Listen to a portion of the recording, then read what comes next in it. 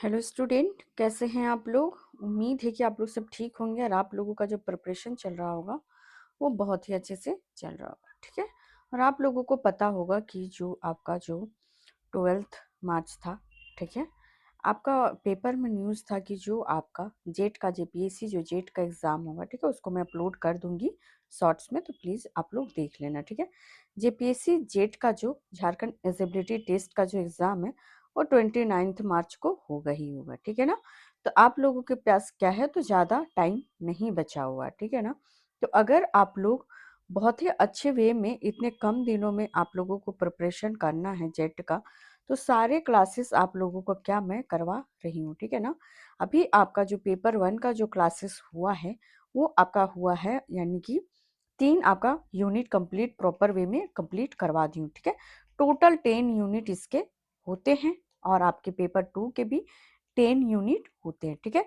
बाकी आपका जितने भी डेज बचे हैं उसमें सारे यूनिट को मैं कंप्लीट करवा दूंगी। ठीक है। तो जो लोग अगर पेपर 1 का अगर नहीं देखे होंगे तो जाके देख सकते हैं। बट आज का जो क्लास है वो मैं लेके आई हूँ, जो जेट है उसका कॉमर्स का क्लास लेके आई हूँ। ठीक है। तो कॉमर्स का जो आपका क्लास है इसमें क्या है कि यूनिट नंबर 1 है आपका। ठीक है। यूनिट नंबर 1 है, बाकी भी मैं आपका यूनिट नंबर 2 करवा चुकी हूँ, तो आप लोग जाके उसको देख सकते हो। तो इसमें क्या है कि बिजनेस आपका इन्वायरमेंटल एंड आपका इंटरनल बिजनेस आपको पढ़ना है। ठीक है।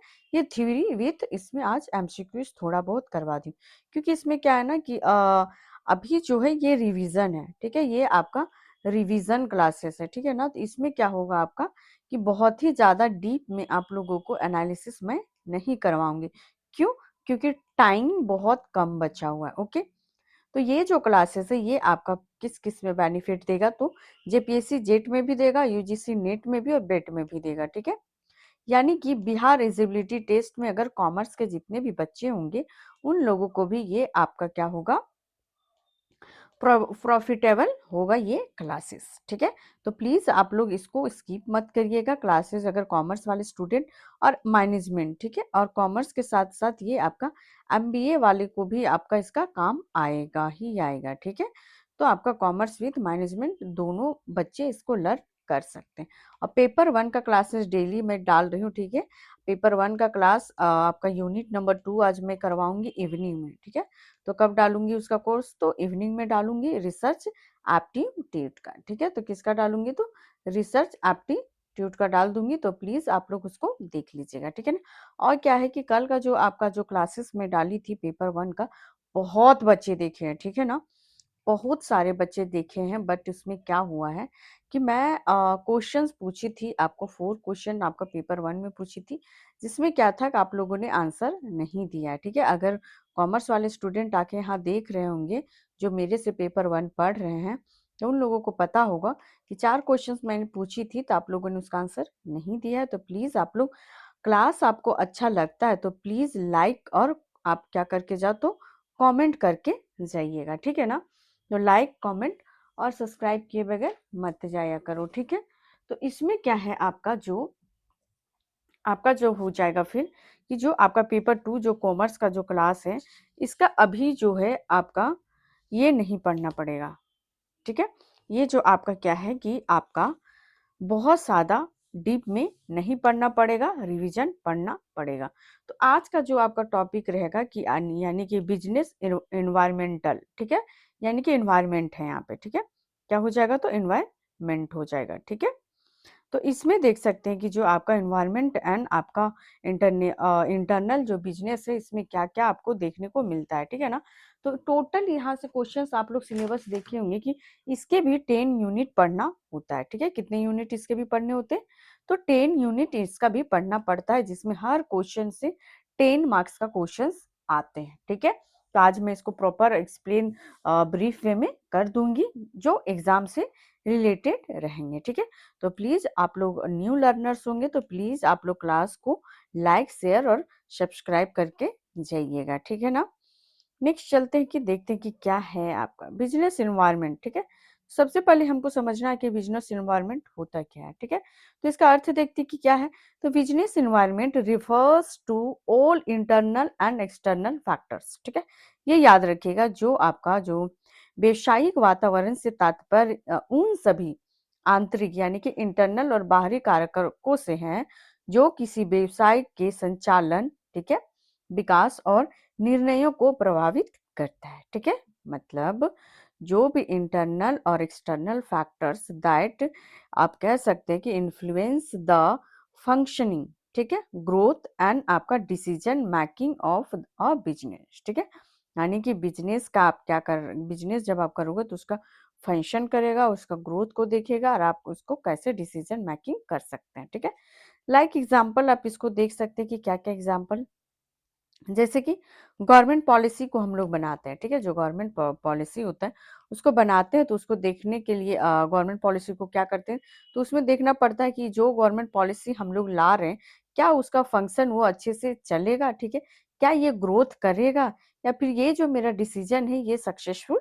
होगा। ठीक है, और आपका इकोनॉमिक कंडीशन से देखना पड़, इकोनॉमिक कंडीशंस होते हैं, टेक्नोलॉजीज होते हैं और कंपिटिटर्स एंड कस्टमर एक्सेट्रा। ठीक है, तो ये हो जाएगा आपका क्या, तो बिजनेस आपका इन्वायरमेंट जो होता है कि जो इंटरनल और एक्सटर्नल फैक्टर्स को, कारकों से संबंधित रखता है। ठीक है, नेक्स्ट क्या है आपका, नेक्स्ट जो आपका पॉइंट हो जाएगा, देखिए आज जो क्लासेस है ना ये बहुत डीप में नहीं लूंगी। ठीक है ना, ये ब्रीफ का क्लास है। ठीक है, ये क्लासेस जो है वो ब्रीफ में लूंगी क्योंकि एग्जाम बहुत नियरेस्ट है, उतना भी टाइम नहीं है आपके पास। ठीक है, आप चाहो तो क्लास को भी स्पीड करके देख सकते हो। ठीक है ना, तो उतना भी टाइम नहीं है कि आप लोग अभी उतना पढ़ो। तो टॉपिक को मैं क्या की हूँ को इम्पोर्टेंट इम्पोर्टेंट जो महत्वपूर्ण जो बिंदु होंगे, जो इम्पोर्टेंस पॉइंट्स होंगे उसको मैं बस लेके आई हूँ आप लोगों की के लिए, क्योंकि 29 मार्च जो है बहुत ही ज्यादा नियरेस्ट है। ठीक है, और जो भी बिहार, ठीक है, बिहार जो भी एलिजिबिलिटी टेस्ट का अगर तैयारी कर रहे हैं वो भी ये क्लासेस कॉमर्स वाले बच्चे ले सकते हैं। ओके, तो कॉमर्स का क्लासेस और मैनेजमेंट दोनों का जो ये है सिलेबस है वो आपका सिमिलर देखने को मिलता है। तो आप इसका मैनेजमेंट वाले यानी कि एमबीए वाले भी इसका क्लासेस ज्वाइन कर सकते हैं और क्लासेस को एंजॉय कर सकते हो। ठीक है, आप अच्छे से उसको स्टडी कर सकते हैं। अब पेपर 1 का क्लासेस चल रहा है, आप उसको देख लेना। चलो ठीक है, इसको देखते हैं कि क्या है आपका फीचर्स ऑफ बिजनेस एनवायरनमेंट। ठीक है, यानी व्यवसायिक वातावरण की विशेषताएं, हिंदी और इंग्लिश बोथ लैंग्वेज में है तो इससे आपको कोई प्रॉब्लम नहीं होगा। हिंदी वाले हिंदी से पढ़ सकते हैं, इंग्लिश वाले इंग्लिश से पढ़ सकते हैं। ओके, तो इसमें क्या है आपका टोटलिटी ऑफ एक्सटर्नल फोकस। ठीक है, पहला जो बोलता है फीचर्स इसका क्या है बिजनेस एनवायरनमेंट का, कि इसका टोटलिटी ऑफ क्या हो जाएगा कि एक्सटर्नल फोर्स। ठीक है, इसमें है कि आपका इनमें वे सभी बाहरी शक्तियां शामिल होती हैं जो व्यवसाय को क्या करती है कि प्रभावित करती है। ठीक है, यानी कि बिजनेस इन्वायरमेंट क्या है, includes all external factors affecting business. ठीक है, ये छोटे छोटे वर्ड्स हैं, आप लोग को अच्छे से समझ में आ जाता होगा। ठीक है, नेक्स्ट है आपका डायनामिक। ठीक है, तो डायनामिक होता है, आपको कभी पूछेगा कि जो बिजनेस जो एनवायरनमेंट है वो किस नेचर का है, तो याद रखिएगा जो ये आपका जो है ये डायनामिक नेचर का होता है। ठीक है, तो एनवायरमेंटल कीप आपका चेंजिंग कंटिन्यूअसली। ठीक है, यानी कि वातावरण लगातार क्या होता है, तो ये बदलते रहता है। यानी कि ये कैसा है आपका इन्वायरमेंट, बिजनेस एनवायरनमेंट, तो आप कह सकते हैं कि ये आपका डायनामिक नेचर का होता है, जैसे कि टेक्नोलॉजी चेंज और पॉलिसी चेंज। ठीक है, आप देखते होंगे कि जो सेंट्रल गवर्नमेंट है या फिर जितने भी स्टेट गवर्नमेंट है जो अपने पॉलिसी को लाते हैं, ठीक है, उसमें क्या करते हैं कि चेंज भी कर देते हैं। ठीक है, अगर किसी देखते देखे होंगे कि इस बार मनरेगा का नाम बदल कर रख दिया है। ठीक है, ये आप बताओगे। ठीक है, इसका जो है क्या रखा गया ये आप बताइएगा, क्योंकि पेपर 1 से रिलेट कर सकता है ये। ठीक है, नेक्स्ट है आपका क्या कह रहा है कि आपका कॉम्प्लेक्सिटी।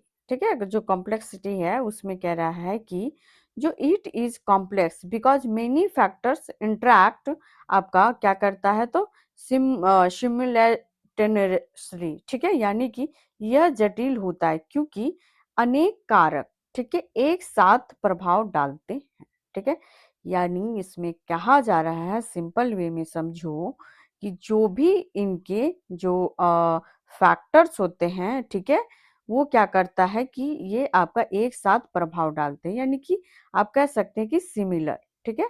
तो आप कह सकते हैं कि कैसा प्रभाव डालते हैं, तो ये आपका सिमिलर वे में प्रभाव डालते हैं, यानी कि एक साथ अनेक प्रभाव डालते हैं, ठीक है। एक साथ में बहुत तरह के प्रभाव को ये यानी कि ये इंटरैक्ट करता है, ठीक है, यानी कि एक ही मतलब इम्पैक्ट देता है किसमें, तो आपका हो जाएगा कॉम्प्लेक्सिटी, ठीक है। नेक्स्ट क्या हो जाएगा आपका, तो नेक्स्ट है आपका तो अनसर्टेनिटी, ठीक है। अनसर्टेनिटी क्या होता है, तो ये आपका फ्यूचर इन्वायरमेंटल चेंज करता है, can not be predicted perfectly, ठीक है। यानी कि इसमें कहा जा रहा है कि भविष्य में होने वाले बदलाव का सटीक अनुमान लगाना कठिन होता है, ठीक है ना। अभी भी आप लोग देख सकते हो कि कल क्या होगा किसी को नहीं पता होता है, ठीक है ना, कल कुछ भी हो सकता है। तो वही कह रहा है कि जो अनसर्टेनिटी है उसका क्या होगा, कि आप कह सकते हैं कि can not be predict perfectly, कल क्या होने वाला फ्यूचर में उसका प्रिडिक्शन करना पॉसिबल नहीं माना जाता है, ठीक है। नेक्स्ट क्या है आपका रिलेटिव कॉन्सेप्ट, ठीक है। तो रिलेटिव कॉन्सेप्ट में है आपका कि environment differs from country to country, क्या कर रहा है कि जो एनवायरमेंट है वो डिफर्स कर रहा है एक कंट्री से दूसरे कंट्री, प्रत्येक देश में व्यवसायिक वातावरण क्या होते हैं, अलग होते हैं। एक कंट्री से दूसरे कंट्री में देखते होंगे कि आप लोग वहाँ का जो इन्वायरमेंट होता है वो डिफरेंट होता है, ठीक है ना। तो ये होता है आपका रिलेटिव कॉन्सेप्ट, ठीक है। नेक्स्ट आपका हो जाएगा तीसरा जो टॉपिक्स है वो आपका क्या है, तो थर्ड टॉपिक कह रहा है आपका कि इम्पोर्टेंट ऑफ बिजनेस इन्वायरमेंट, ठीक है, व्यवसायिक वातावरण का महत्व क्या होता है, ठीक है। तो महत्व इसका क्या होता है, तो पहला जो आप देखते हैं कि हेल्प इन आइडेंटिफाई अपॉर्चुनिटीज, ठीक है। तो पहला क्या हो जाएगा कि पहला आप देखोगे कि हेल्प, ठीक है, help and identify opportunity, business can identify new market opportunities होता है, इसमें होता है व्यवसायिक नए अवसरों को पहचान कर सकता है, ये एक पहला इंपॉर्टेंस है। दूसरा इंपॉर्टेंस क्या है, हेल्प इन आइडेंटिफाई थ्रेट्स, ठीक है, यानी कि यह संभावित खतरों को पहचानने में क्या करता है, तो ये मदद करता है, ठीक है, क्या करता है, तो ये मदद करता है, यानी कि it helps in avoiding business risk, ठीक है। तो किसका बात कर रहा है, तो रिस्क का बात कर रहा है, ओके। नेक्स्ट देखते हैं कि क्या है हमारा, नेक्स्ट है हमारा जो थर्ड जो हो जाएगा इसका इंपॉर्टेंस, तो तीसरा इंपॉर्टेंस क्या कह रहा है कि helps in planning and strategy, ठीक है। जो बिजनेस जो इन्वायरमेंट है ये किस चीज में हेल्प करता है, तो प्लानिंग एंड स्ट्रैटेजी में भी हेल्प करता है, useful for long term planning, यानी दीर्घकालिक योजना बनाने में ये सहायक होता है, ठीक है। नेक्स्ट क्या हो जाएगा आपका इम्प्रूव्स परफॉर्मेंस, ठीक है, इम्प्रूव परफॉर्मेंस यानी कि व्यवसायी अधिक प्रभावी तरीके से काम करता है, ठीक है। तो इसका इंपॉर्टेंस कितने हो गए, तो आपके चार हो गए, बिजनेस अडेप्ट्स बेटर एंड इम्प्रूव आपका एफिशिएंसी, ठीक है। नेक्स्ट क्या है आपका, तो नेक्स्ट देख सकते हैं कि नेक्स्ट जो है आपका कंपोनेंट्स ऑफ बिजनेस एनवायरनमेंट, ठीक है। तो बिजनेस एनवायरनमेंट का कंपोनेंट्स क्या होता है, ठीक है। तो देखिए क्वेश्चंस आपको लग रहा होगा कि मैम आपने फीचर्स बता दिया, इंपॉर्टेंस बता रहे हो, अब कंपोनेंट्स बता रहे हो, फिर उनका मीनिंग बताएं, तो ये ऐसे थोड़े ये होता है। तो देखो अभी जो है ना वो क्लासेस आपका जो टॉपिक्स मैं लेके आई हूँ ये इंपॉर्टेंट टॉपिक्स है, क्वेश्चन यहीं से बनेंगे, ठीक है ना। बहुत ज्यादा डीप में उसका थ्योरी पढ़ने का कोई मतलब नहीं है, ऑप्शंस में ऐसे ही अरेंज किया जाता है कि बताइए कि बिजनेस एनवायरनमेंट का कंपोनेंट्स इसमें से कौन नहीं है, इसमें से फीचर्स कौन नहीं है, इनमें से कौन इंपॉर्टेंस नहीं है, या फिर सेलेक्ट करें कि इनमें से कौन सा इंपॉर्टेंस है आपका बिजनेस एनवायरनमेंट का। तो वही सारे महत्वपूर्ण बिंदु को मैं लेके आई हूँ, इंपॉर्टेंस पॉइंट्स को, ठीक है। तो कंपोनेंट्स में पहला कंपोनेंट्स क्या है आपका, तो इकोनॉमिक एनवायरनमेंट, ठीक है, यानी आर्थिक वातावरण। तो इसमें क्या क्या इंक्लूड्स होता है आपका, पहला इकोनॉमिक एनवायरनमेंट, तो सबसे पहले जीडीपी आएगा, इन्फ्लेशन आएगा, इंटरेस्ट रेट आएगा, इकोनॉमिक पॉलिसीज आएंगे, ठीक है। जैसे एग्जांपल में देख सकते हैं कि इंडियाज एलपीजी रिफॉर्म 1991, ठीक है, जो एलपीजी जो रिफॉर्म आया था, ठीक है, लिबरलाइजेशन, प्राइवेटाइजेशन और ग्लोबलाइजेशन 1991 में पेश किया गया था, ठीक है ना, इसको याद रखिएगा। तो ये आपका एग्जाम्पल होता है कि इकोनॉमिक जो आर्थिक वातावरण है इसको क्या करता है, तो आपके बैलेंस करता है। कौन? तो इनके बिजनेस इन्वायरमेंट के कंपोनेंट्स, ठीक है, जैसे कि जीडीपी हो गया, आपका इन्फ्लेशन होगा, इंटरेस्ट रेट और आपका इकोनॉमी पॉलिसीज, ठीक है। नेक्स्ट है आपका पॉलिटिकल इन्वायरमेंट, ठीक है। सेकंड आपका हो जाएगा कौन सा? तो पॉलिटिकल इन्वायरमेंट हो जाएगा। ओके, तो पॉलिटिकल इन्वायरमेंट में आपका कह रहा है क्या, ठीक है, सेकंड नंबर में, कि ये राजनीतिक वातावरण को भी चेंज करता है, जैसे कि government policies, political stability, trade policies, example tax policy और बजट, ठीक है। याद रखिएगा क्या? तो टैक्स पॉलिसी और बजट को भी याद रखिएगा। ओके, सोशल इन्वायरमेंट है इसका तीसरा कंपोनेंट्स क्या है आपका? तो सोशल इन्वायरमेंट यानी कि सामाजिक वातावरण, ठीक है। इसमें क्या क्या इंक्लूड हो जाएंगे? तो आपके कल्चर हो जाएंगे, लाइफ स्टाइल हो जाएगा, पॉपुलेशन हो जाएगा, एजुकेशन लेवल हो जाएगा, डिमांड फॉर ऑर्गेनिक फूड्स, ठीक है। इसका क्या? इसमें भी आपको पूछेगा कि जो क्वेश्चंस आते हैं इसमें पूछेगा कि जो आपका बिजनेस एनवायरनमेंट का जो कंपोनेंट्स है इसमें आपका सोशल, ऐसा क्वेश्चन आया है, ठीक है ना, ये मत सोचो कि क्वेश्चन नहीं आया, आया है। पूछेगा कि सोशल एनवायरनमेंट से रिलेट कौन करता है, ठीक है। तो आपका दे देगा पहले लाइफ स्टाइल दे देगा, ठीक है, लाइफ स्टाइल दे देगा आपका पहला ऑप्शन, ठीक है। सेकंड ऑप्शन दे देगा गवर्नमेंट पॉलिसीज दे देगा। थर्ड ऑप्शन आपका दे देगा इन्फ्लेशन इंटरेस्ट। तो इसमें सेलेक्ट करना रहेगा कि सोशल कौन सा है, तो आपका कल्चर हो जाएगा, ठीक है। अगर कल्चर से रिलेट करके आप कर लोगे कि सोशल मतलब कल्चर होता है, तो उसके जगह आप अगर पूछेगा कि आपका इकोनॉमिक इन्वायरमेंट कौन सा होता है, तो आप में कल्चर दे देगा, इन्फ्लेशन दे देगा, फिर आपका क्या दे देगा, तो आपका गवर्नमेंट पॉलिसीज, पॉलिटिकल स्टेबिलिटी दे देगा। तो ऑप्शन क्या हो जाएगा आपका? तो इन्फ्लेशन हो जाएगा। क्या? क्यों? क्योंकि वो इकोनॉमिक इन्वायरमेंटल है, ठीक है ना। तो ऐसे आपको सेलेक्ट करना पड़ेगा, ठीक है। फिर देखते हैं कि टेक्नोलॉजिकल इन्वायरमेंट, तकनीकी वातावरण में क्या इसका कंपोनेंट्स रखता है। तो इट इन्वॉल्व्स क्या करता है, तो आपका इनोवेशंस करता है, रिसर्च एंड डेवलपमेंट करता है, ऑटोमेशंस करता है, ठीक है। इसका एग्जांपल देख सकते हैं आर्टिफिशियल इंटेलिजेंस, एआई यानी डिजिटल पेमेंट, ठीक है। ये आपका टेक्नोलॉजिकल इन्वायरमेंट है। ओके, ठीक है, ये सब चीजें ना बेसिक चीजें हैं, ठीक है, ये सब चीजें बेसिक है। तो इसमें क्या है कि बहुत ज्यादा एक्सप्लेनेशन का नीड नहीं होना चाहिए, ठीक है। नेक्स्ट क्या है हमारा? लीगल इन्वायरमेंट, ठीक है। फिफ्थ नंबर का जो है आपका क्या हो जाएगा, तो लीगल इन्वायरमेंट यानी कि कानूनी वातावरण में क्या क्या आपका आता है कंपोनेंट्स में, ठीक है। तो पहला जो आपका आ जाएगा वो आएगा कानूनी वातावरण में, लॉज आ जाएगा, रेगुलेशंस आ जाएगा, बिजनेस एक्ट्स आ जाएंगे।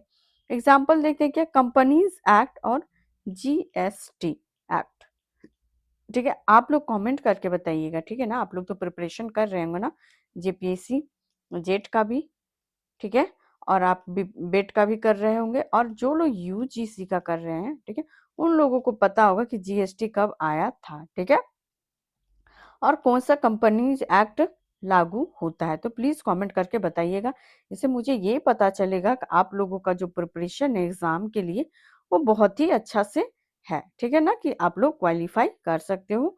देखिए, क्वेश्चन पूछने का मेन मोटिव रहता है ना कि इससे पता चलता है ना कि स्टूडेंट को कितना नॉलेज है सब्जेक्ट में, ठीक है ना, कितना सब्जेक्ट में और इस यूनिट में कितना नॉलेज है, इससे पता चलता है, ठीक है।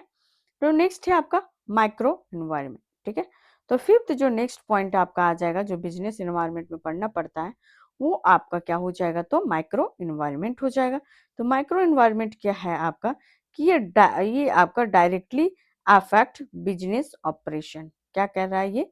तो डायरेक्टली अफेक्ट करता है बिजनेस आपका ऑपरेशंस में, यानी कि माइक्रो, माइक्रो यानी कि छोटा, ठीक है। ये माइक्रो, दो माइक्रो होता है, एक माइक्रो मतलब ये छोटा वाला होता है, और एम ए मतलब बड़ा वाला माइक्रो होता है, ठीक है।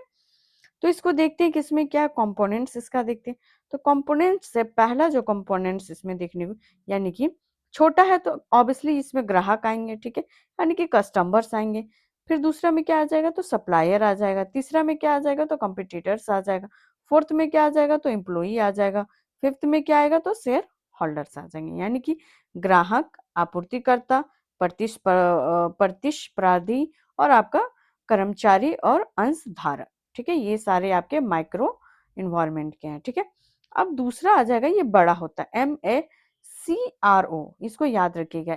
MI से छोटा होता है, MA से बड़ा माइक्रो होता है। तो आपका सेकंड है पॉइंट, जो माइक्रो जो इन्वायरमेंट है वो आपका क्या है, तो वो आपका जो माइक्रो है वो डायरेक्टली है, ठीक है ना। और ये जो है आपका माइक्रो वो आपका इनडायरेक्टली है, ठीक है, याद रखिएगा। ये जो बड़ा वाला होता है ये आपका इनडायरेक्टली होता है। इसके कंपोनेंट्स क्या क्या हैं, तो पहला आ जाएगा इकोनॉमिक, आ जाएगा पॉलिटिकल, आ जाएगा सोशल, आ जाएगा टेक्नोलॉजी, आ जाएगा लीगल, आ जाएगा और इन्वायरमेंटल आ जाएगा, ठीक है। ये बड़ा मतलब इकोनॉमी, मतलब बहुत बड़े वे में आप उसको बात कर, पॉलिटिकल बड़ा होता है, सोशल बड़ा, ये टेक्नोलॉजी, लीगल एंड इन्वायरमेंट, ठीक है। नेक्स्ट आपका क्या है, लिबरलाइजेशन, प्राइवेटाइजेशन और ग्लोबलाइजेशन को देखते हैं कि क्या है, ठीक है। तो पॉइंट नंबर 7 है जो आपका टॉपिक है, जो इम्पोर्टेंट टॉपिक नंबर 7 में आपका क्या लाया गया, तो आपका एलपीजी को, तो ठीक है। तो एलपीजी कब आया था, अभी जस्ट पता चला कि 1991 में आपका एलपीजी रिफॉर्म को लाया गया था, ठीक है। तो एलपीजी में आपका उदारीकरण होता क्या है, ठीक है, लिबरलाइजेशन होते क्या है, ठीक। तो ये क्या करता है, रिमूवल है of government restrictions on business, ठीक है, यानी कि सरकार द्वारा व्यापार पर लगे प्रतिबंधों को क्या करता है, तो कम करना लिबरलाइजेशंस का काम है, ठीक है। लाइक एग्जांपल आप देख सकते हैं कि एग्जांपल में क्या है, तो एग्जांपल में आपका इंडस्ट्रियल लाइसेंसिंग रिमूवल, ठीक है, यानी कि इंडस्ट्री का जो लाइसेंसिंग है उसको क्या करता है, तो खत्म करता है, ठीक है।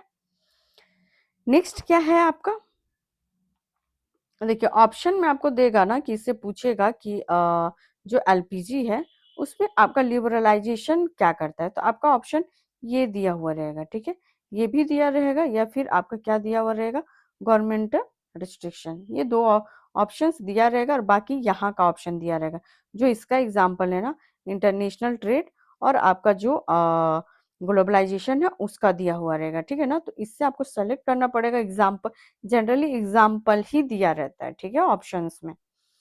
अगर आप लोग पहले एग्जाम्स, अभी तो झारखंड एलिजिबिलिटी टेस्ट का तो एग्जाम बहुत टाइम बाद हो रहा है, ठीक है ना। तो इनका प्रीवियस ईयर का जो है आप लोगों का, उसका कोई ये नहीं पता चल रहा है कि आखिर प्रीवियस ईयर में क्वेश्चन किस तरह के थे। बट मेरा जो है कि मैं अकॉर्डिंग टू सिलेबस आप लोगों को करवा दे रही हूँ कि ताकि क्वेश्चंस यहाँ से मिले, ठीक है, क्वेश्चंस यहाँ से लड़े और आपको इजीली सॉल्व कर सके और आप इस एग्जाम को क्रैक कर सकते हैं, ठीक है। तो देखते हैं कि क्या है इसमें, तो प्राइवेटाइजेशन है आपका निजीकरण क्या होता है, जो प्राइवेटाइजेशन जो ये आपका जो 1991 में इसको लाया गया था, इसका काम था कि जो transfer of government ownership to private sector, ठीक है, ऑप्शन में ये भी रहेगा कि गवर्नमेंट ऑनरशिप, ठीक है, ये भी रहेगा ऑप्शन में। तो इसमें क्या कर रहा है कि सरकारी जितने भी संस्थानों को निजी क्षेत्र को देना था, ठीक है, प्राइवेटाइजेशन मतलब प्राइवेट सेक्टर को क्या करना था, तो आपको ऑनरशिप देना था, ठीक है।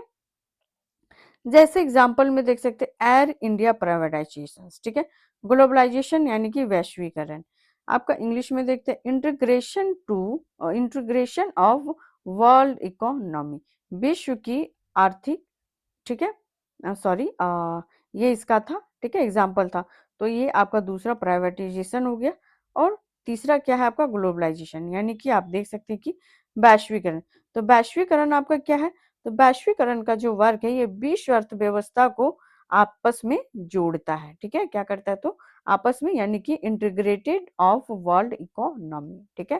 तो ये क्या कर रहा है, तो याद रखिएगा जो आपका जो एल है यानी कि लिबरलाइजेशन है, ये लाइसेंसिंग क्या करता है, तो प्रोवाइड करता है, ठीक है। सेकंड आपका पी जो हो जाएगा ये ऑनरशिप देता है, यानी कि किसको, तो प्राइवेट सेक्टर कंपनीज को, ठीक है।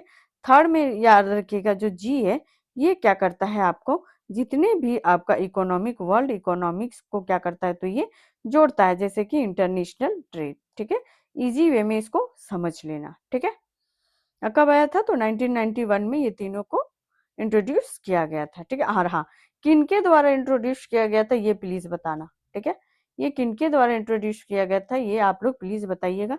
आप लोग जाइए और कॉमर्स का जो क्लासेस है पेपर 2 का और पेपर 1 में भी इसका एलपीजी को पढ़ाई हुई। और अगर जेपीएससी स्टूडेंट होंगे आप लोग, 14 जेपीएससी का तैयारी कर रहे होंगे, तो हमारा जो 2 आवर का जो इकोनॉमिक्स का क्लास पड़ा हुआ है, ठीक है ना, वहाँ पे भी आपको एलपीजी को बहुत ही अच्छे से एक्सप्लेनेशन किया हुआ है।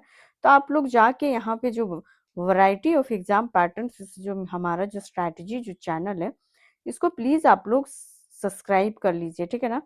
सब्सक्राइब करके आप लोग को ये नोटिफिकेशन प्राप्त हो जाएगा कि कौन सा क्लास कब और किस टाइम पे आ रहा है, ठीक है। और टेलीग्राम जो लिंक है हमारा वैप्स अकेडमी, ठीक है, वैप्स अकेडमी 24, इसमें जाके प्लीज आप जुड़िए। वहां पे सारे क्लासेस रिकॉर्ड करने के बाद वहां पे भेज देती हूँ मैं, ठीक है। वहां से बहुत बच्चे क्लासेस को ज्वाइन कर लेते हैं, ठीक है। तो और हाँ, क्लास अगर आज का आप लोगों को अच्छा लगेगा तो प्लीज कमेंट और करके जाइएगा और लाइक करके जाइए, क्योंकि कल का जो क्लासेस था इतने बच्चे देखे हैं, लेकिन क्या उस उनमें से बहुत कम बच्चे हैं कि लाइक नहीं करते हैं, ठीक है। तो नेक्स्ट देखते हैं कि इंटरनेशनल बिजनेस होता है क्या, ठीक है। तो नेक्स्ट टॉपिक आ गया क्या, इंटरनेशनल बिजनेस, ठीक है। तो बिजनेस एनवायरनमेंट के बारे में देख ली कि क्या क्या होता है बिजनेस एनवायरनमेंट। देखो शॉर्ट्स में मैं बता दी हूँ, ठीक है ना। तो यानी कि ब्रीफ में जो पूछेगा उसी को मैं बताई हूँ, ठीक है। उसके बाहर नहीं पूछेगा। 10 क्वेश्चन ही तो आएगा, ठीक है ना। 10 क्वेश्चन आएगा तो 10 क्वेश्चन के ही अकॉर्डिंग पढ़ना। तो देखते हैं कि इंटरनेशनल बिजनेस क्या है आपका, अंतरराष्ट्रीय व्यापार। तो इंटरनेशनल बिजनेस जो रिफर्स करता है किसको, तो trade off goods, service, capital and आपका टेक्नोलॉजी अक्रॉस इंटरनेशनल बॉर्डर्स, ठीक है। यानी आप हिंदी में इसको समझो कि कह रहा है कि जो भी अंतरराष्ट्रीय व्यापार से तात्पर्य होता है कि देश के बीच के जो भी वस्तुओं, सेवाओं, पूंजी और तकनीक के आदान प्रदान से जुड़ा होता है। कौन, तो आपका अंतरराष्ट्रीय व्यापार। यानी कि इंटरनेशनल बिजनेस का मतलब ही होता है कि ट्रेड किया जाता है गुड्स का, सर्विसेज का, कैपिटल का और टेक्नोलॉजीज का, ठीक है, आदान प्रदान किया जाता है। तो क्या ये हो जाएगा हमारा, तो इंटरनेशनल बिजनेस होता है। एक कंट्री से दूसरे कंट्री एक दूसरे से क्या करते हैं, तो अपना बिजनेस करते हैं, ठीक है। अगर हम लोग यूएसए कर रहे हैं तो यूएसए भी इंडिया से कर रहा है, ठीक है। अगर इंडिया कनाडा से कर रहा है, अगर इंडिया आपका चाइना से कर रहा है तो चाइना भी हमारे से कर रहा है, कनाडा वाले भी हमारे से कर रहे हैं, ठीक है। तो ये होता है इंटरनेशनल बिजनेस, ठीक है।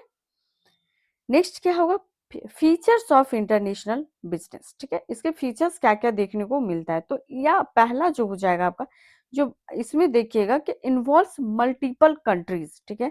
देखते होंगे जैसे कि वर्ल्ड ट्रेड ऑर्गेनाइजेशन, ठीक है, WTO, world trade, IMS, international monetary fund, ठीक है।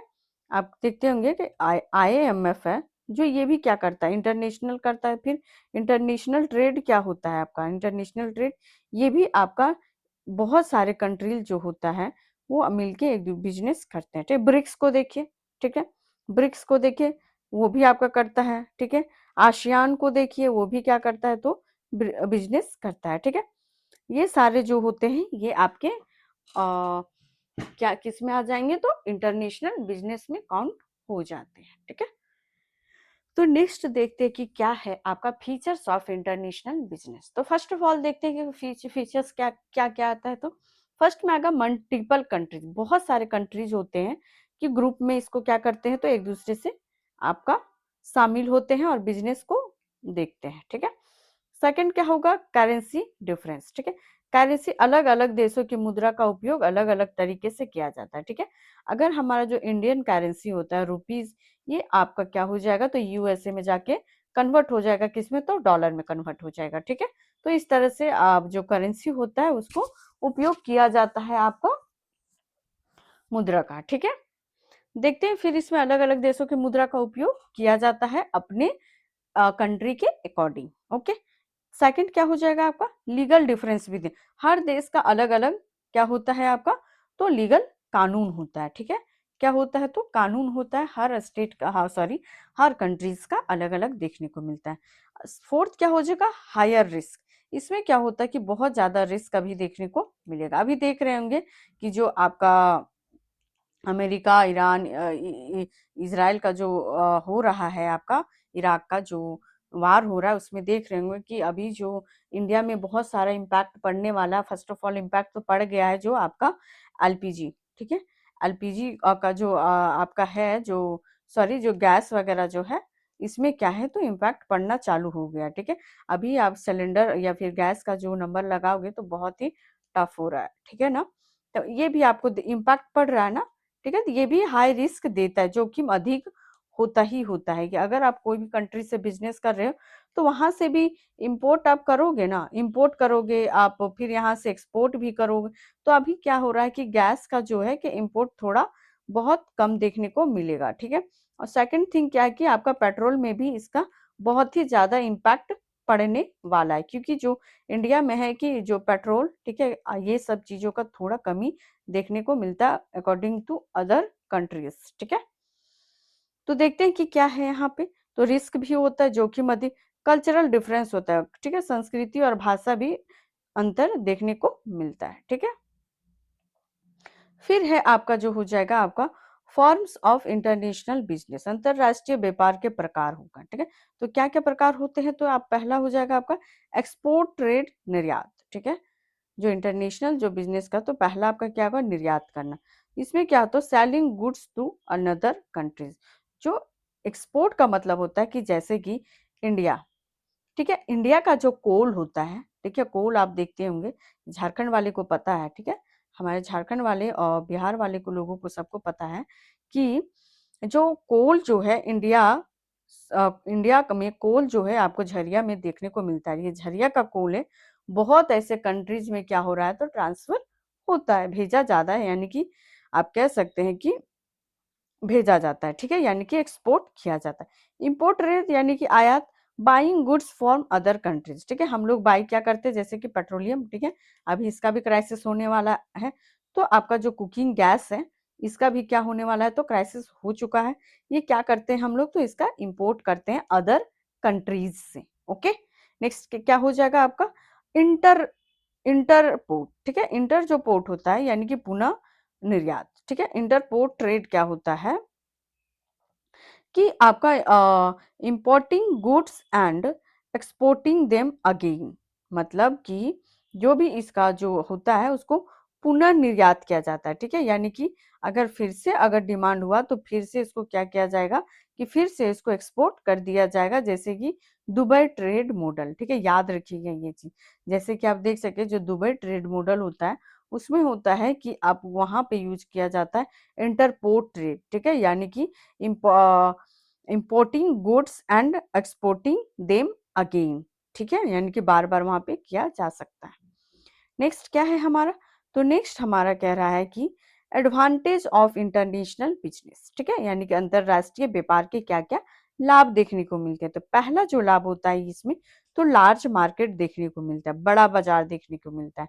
जो इसमें जो बिजनेस जो है आपका इंटरनेशनल बिजनेस, ऑब्वियसली ये तो छोटा मोटा तो बिजनेस रहेगा नहीं, स्मॉलेस्ट मार्केट तो ये रहेगा नहीं। तो किस तरह का मार्केट रहेगा, ये तो आपका लार्ज मार्केट देखने को मिलता है, ठीक है। स्पेशलाइजेशंस भी देखने को, देश में अपनी विशेषज्ञता के अनुसार क्या होता है तो उत्पादन करते हैं, ठीक है। क्या किया जाता है तो स्पेशलाइजेशन में तो अपनी विशेषज्ञता के अनुसार उत्पादन किया जाता है, ठीक है। फिर क्या होता है आपका एडवांटेज में तो इकोनॉमिक ग्रोथ भी देखने को मिलता है, यानी कि आर्थिक विकास भी होता है। फिर फोर्थ नंबर में क्या हो जाएगा एडवांटेज तो बेटर क्वालिटी प्रोडक्ट, बेहतर गुणवत्ता वस्तुएं मिलती है, ठीक है ना। अगर एक कंट्री मान लो कि इंडिया में जो चीज बेटर वे में अवेलेबल नहीं है तो वो क्या करेगा कि इंटरनेशनल बिजनेस यानी के थ्रू, यानी कि अदर कंट्री से वो क्या कर सकता है कि बेस्ट क्या कर सकता है तो बेस्ट प्रोडक्ट को ये मांग मांग सकता है अदर कंट्रीज से, यानी कि ये आपका इंपोर्ट कर सकता है, ठीक है, ये आपका इंपोर्ट कर सकता है बेस्ट क्वालिटी के। जैसे कि पेट्रोलियम अभी तो करे, बहुत ऐसी चीजें कि इंडिया भी अभी एक्सपोर्ट के साथ साथ इंपोर्ट भी करता है, ठीक है।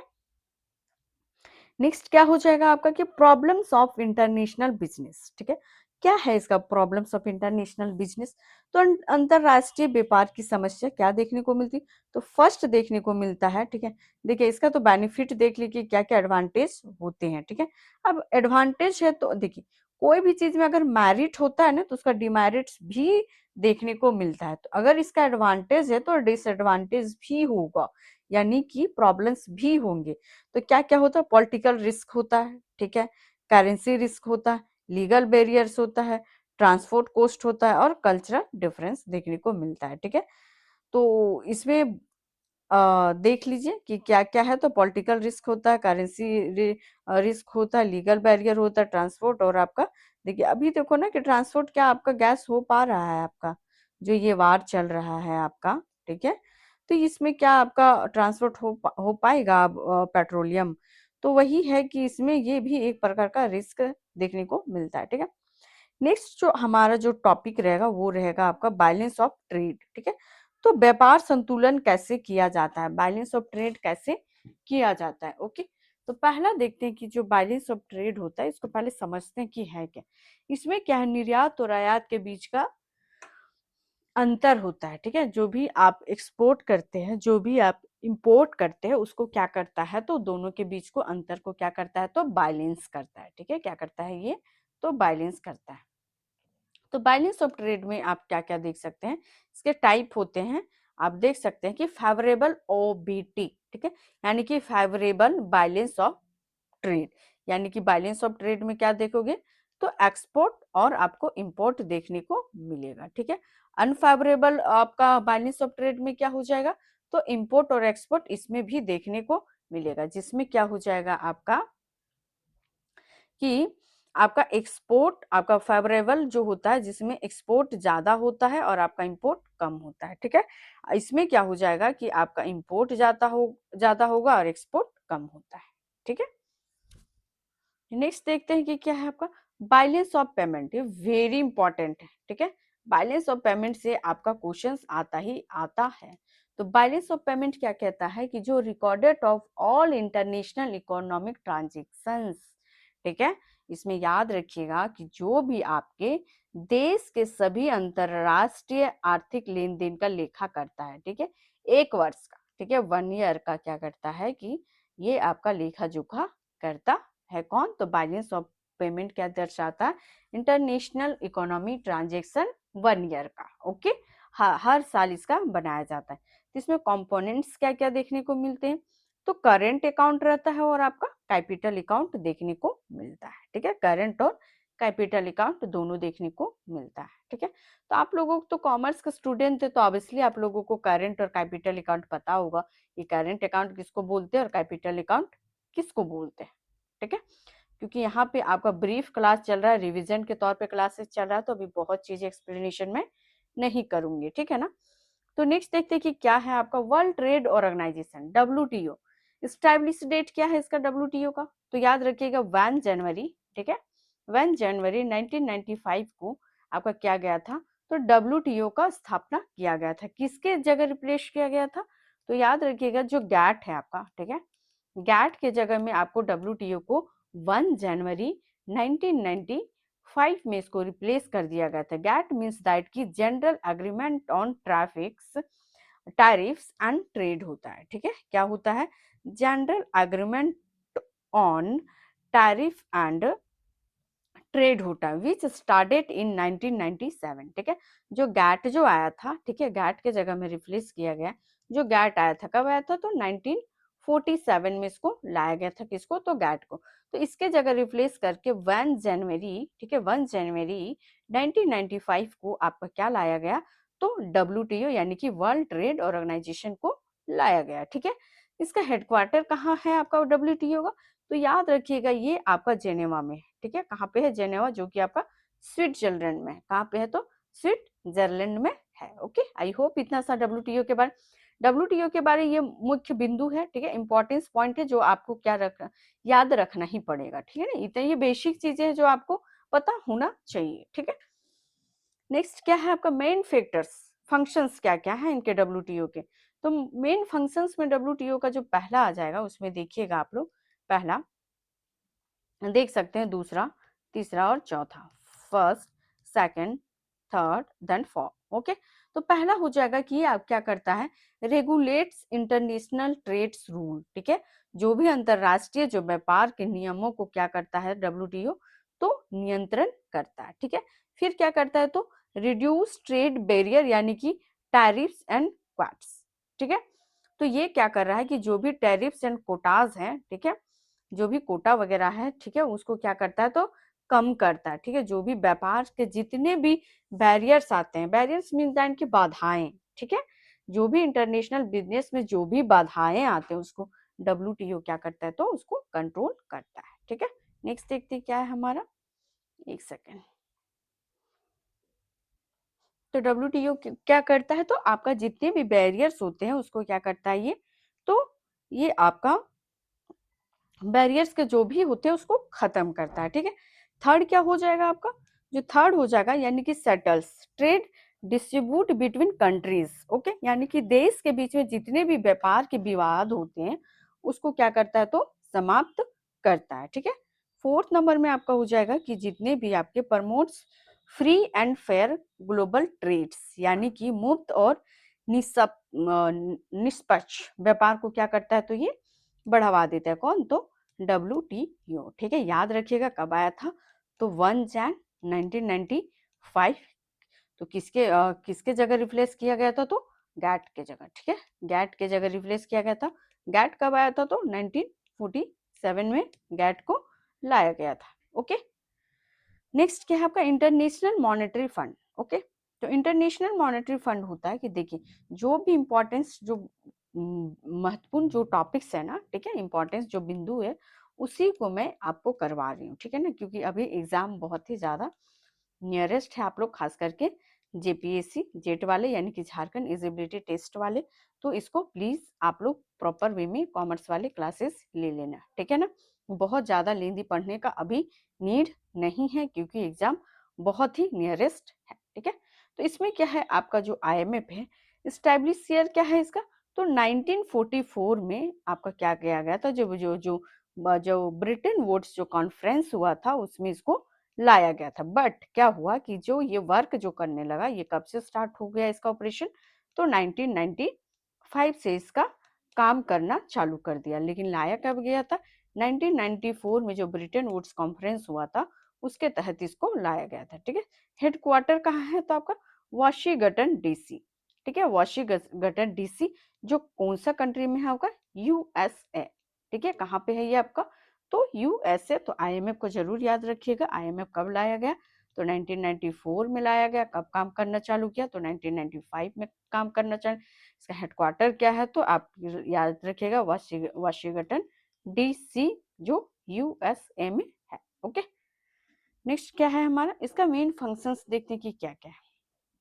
तो मेन जो इसका फंक्शन है, पहला कह रहा है ये कि first second third four, first second third four, okay. तो पहला ये करता है कि मेंटेन्स इंटरनेशनल मॉनेटरी स्टेबिलिटी, ठीक है। यानी कि अंतरराष्ट्रीय मौद्रिक प्रणालियों को क्या करता है, तो स्थिर रखना आपका इसका काम है, ठीक है। IMF इंटरनेशनल मॉनेटरी आई IMF फंड का, ठीक है। तो कब लाया गया था, ये सब चीजें आप लोग जरूर याद रखिएगा, 1994 में, ठीक है। तो इंटरनेशनल मॉनेटरी जो फंड है इसको देखते हैं कि इसका जो सेकंड जो फंक्शंस क्या है, तो सेकंड फंक्शंस कह रहा है कि ये provide short term loan of countries, ठीक है। यानी कि लोन टू कंट्रीज करता है, यानी कि शॉर्ट टर्म, ठीक है। कुछ समय के लिए अल्पकालीन ऋण ये देता है किसको, तो कंट्रीज को। कौन, तो IMF, ठीक है। IMF कंट्रीज को क्या देता है, तो ये लोन प्रोवाइड करवाता है, ठीक है। थर्ड ऑप्शन क्या कह रहा है आपका, सॉरी थर्ड पॉइंट क्या कह रहा है आपका, जो थर्ड पॉइंट है ये क्या कर रहा है, तो स्टेबलाइजर जो स्टेबलाइजर चेंज रेट्स, ठीक है। जो विनिमय जो दर होता है उसको क्या करता है, तो ये बनाए रखता है, ठीक है। फोर्थ क्या कह रहा है आपका, तो वैश्विक आर्थिक निगरानी करना, ठीक है। यानी कि आप कह सकते हैं कि monitors global economy system, okay. Most important world bank, ठीक है। ये भी आपका कब लाया गया था, याद रखिएगा, जो IMF है, ठीक है। IMF याद रखिएगा, IMF सेम टाइम दोनों बनाया गया था। कब, तो 1994 में, ठीक है। IMF कब से वर्क करने लगा, तो 1995 से करने लगा, ठीक है। और जो आपका WTO है ये आपका 1996 से वर्क करने लगा, ओके। एक सेकेंड, 1995 और ये 1996 से वर्क करने लगा। सेम इसका भी जो है स्टार्टेड 1996 से, वो हेडक्वार्टर सेम ही हो जाएगा, वाशिंगटन DC USA। कब लाया गया था ये आपको जरूर पूछेगा, आपका ब्रिटेन वुड्स कॉन्फ्रेंस, ठीक है। मेन ऑब्जेक्टिव फंक्शंस क्या है इसके, तो मेन फंक्शंस में देखते हैं कि पहला जो हो जाएगा इसका कि प्रोवाइडेड लोन डेवलपमेंट प्रोजेक्ट, ठीक है, विकास परियोजनाओं के लिए क्या करता है, तो ये आपका ऋण को प्रदान करता है, ठीक है। दूसरा क्या करता है, सपोर्ट इंफ्रास्ट्रक्चर डेवलपमेंट। थर्ड क्या करता है, help reducing property. Third fourth क्या कह रहा है, तो आपका promotes economic developments in developing countries, ठीक है। देखिए ये सब चीजें ना समझाने का नीड नहीं है, क्योंकि आप लोग कॉमर्स स्टूडेंट हैं, तो कॉमर्स स्टूडेंट का क्या रहता है, ये सब चीजें ग्रेजुएशन या फिर पीजी के टाइम आप लोग बहुत ही डीप वे में स्टडी कर लिए होंगे। बस ये नहीं पता रहता है ना कि क्वेश्चंस कहाँ से पूछेंगे और उनके जो, क्योंकि पीजी के टाइम हम लोग क्या करते हैं कि थ्योरी बेस में स्टडी करते हैं, ठीक है ना। तो थ्योरी बेस में स्टडी करते हैं तो ये सब डीप आप लोगों को पता होता है, ठीक है ना। आज सबको पता होता है स्टूडेंट्स को, बट एग्जाम्स के टाइम आपके पॉइंट वाइज आपको ऑप्शंस दिया रहता है, तो उसमें सेलेक्ट करने में क्या होता है कि थोड़ी प्रॉब्लम्स क्रिएट होता है। हम्म हम्म, तो इसमें क्या हो जाएगा फिर आपका कि मेन फंक्शंस यानी provided loan for development projects हो जाएगा, ठीक है। तो लोन फॉर डेवलपमेंट प्रोजेक्ट में मेन फंक्शंस देखने को मिलेगा कि प्रोवाइडेड लोन फंक्शंस, सॉरी थोड़ा सा डिस्टरबेंस हो गया था, बट कोई नहीं, इसको कंटिन्यू करते हैं, ठीक है। तो इसमें हो जाएगा कि provided loans for development projects, ठीक है। तो पहला हो जाएगा विकास परियोजनाओं के लिए ऋण का प्रदान करना, ठीक है, बुनियादी ढांचे का विकास करना। सेकंड क्या हो जाएगा आपका, तो बुनियादी ढांचे का विकास करना होता है। थर्ड क्या हो जाएगा आपका, तो गरीबी कम करने में सहायता देता है। फोर्थ क्या हो जाएगा आपका, तो विकासशील देशों की आर्थिक प्रगति में मदद करता है, ठीक है। तो ये सब चीजें आप लोगों को ऑब्वियसली पता होना चाहिए, ठीक है। तो अभी जो रिवीजन क्लास है इसको अच्छे से आप लोग पढ़ो, ठीक है। आपके जो ऑप्शंस होंगे ऐसे ही बनाए जाते हैं, ठीक है। देखते हैं कि आपका नेक्स्ट क्या है, इंटरनेशनल बिजनेसेस थ्योरीज अब पढ़ते हैं, ठीक है। अंतरराष्ट्रीय व्यापार के जो सिद्धांत हैं क्या क्या देखने को मिलता है, तो फर्स्ट इंटरनेशनल जो ट्रेड है को समझने के लिए आर्थिक सिद्धांत दिए गए हैं, ठीक है। जो इंटरनेशनल जो ट्रेड को जो बनाया गया है उसको समझने के लिए सबसे पहले देखते हैं कि इसके क्या क्या आपके सिद्धांत होते हैं। तो पहला है आपका एब्सोल्यूट एडवांटेज थ्योरी, ठीक है। तो एब्सोल्यूट एडवांटेज जो थ्योरी होता है वेरी इंपॉर्टेंट, ठीक है, वेरी इंपॉर्टेंट। ये यूजीसी नेट में बहुत रिपीटेड क्वेश्चन है, ठीक है। यूजीसी जो आप नेट वाले जो बच्चे होंगे अगर वो पढ़ रहे होंगे कॉमर्स के यहाँ से पढ़ेंगे तो उन लोगों को पता होगा कि ये क्वेश्चंस बहुत आता है, ठीक है। एब्सोल्यूट एडवांटेज थ्योरी क्या है, डेवलप्ड बाय एडम स्मिथ, ठीक है। कब किए थे, तो 1776 में किया गया था। ये मैचिंग करने भी आता है, ठीक है। नेक्स्ट आपका क्या है, तो ये क्या करता है कि a country should specialized in producing goods in which has absolute cost advantage, यानी कि जिस वस्तु को कोई देश कम लागत में बना सकता है उसी में से विशेषज्ञता रखनी चाहिए, ठीक है। एग्जांपल जैसे कि इंडिया आईटी सर्विसेज, ठीक है। सऊदी अरबिया ऑयल, ठीक है। सऊदी अरबिया क्या है, तो आपका ऑयल है, ओके। नेक्स्ट क्या है आपका कंपैरेटिव एडवांटेज थ्योरी। सेकंड क्या है हमारा, तो कंपैरेटिव एडवांटेज थ्योरी हो जाएगा, जिसमें क्या है आपका डेवलप्ड बाय कौन करता है, तो डेविड रिकार्डो की है। कब, तो 1817 में, ठीक है। एडम स्मिथ कब किए थे, तो आपका 1776 से था ना, हाँ 1776 था, हाँ।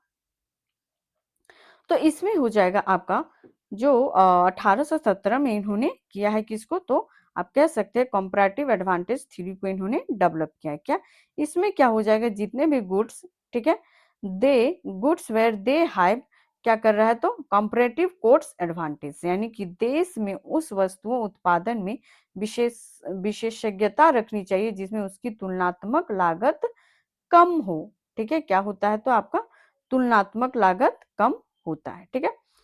की आइडियाज देखो कि कैसे बनता है इसको, इवन, ठीक है, आइडिया दे रही हूँ आप लोग, even if one country produce everything efficiently, ठीक है, trade can still benefit both countries. I hope आप लोगों को ये समझ आ गया होगा, ठीक है।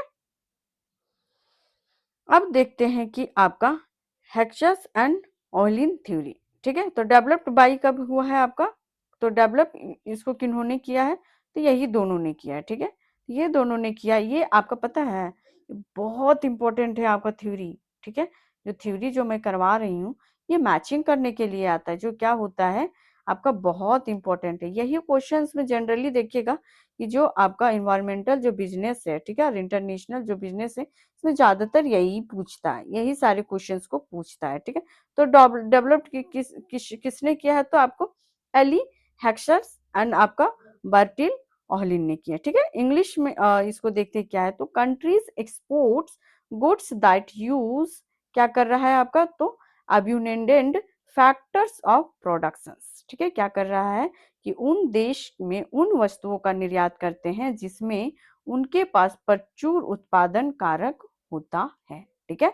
जैसे कि आप देख सकते हैं, अभी मैं इतना लेट से एग्जांपल ले रही हूँ, इसको वेरी इजी वे में आप समझ सकते हो कि मैं दूसरे कंट्री को क्यों कोल ट्रांसफर करता हूँ, या फिर जो अभी जो राइस है, इस बार जो इंडिया में जो राइस है, बहुत ही ज्यादा मात्रा में क्या हुआ, अदर कंट्री को ट्रांसफर किया गया है, ठीक है, यानी कि भेजा है। क्यों, क्योंकि वहां पे उत्पादकता की कमी है, ठीक है, यानी कि प्रचुर मात्रा में वहां पे उत्पादन देखने को मिलता है, ठीक है। एग्जाम्पल क्या हो जाएगा इसका, तो एग्जाम्पल हो जाएगा इंडिया, ठीक है। इंडिया में क्या होता है, लेबर इंटेंसिव गुड्स, ठीक है।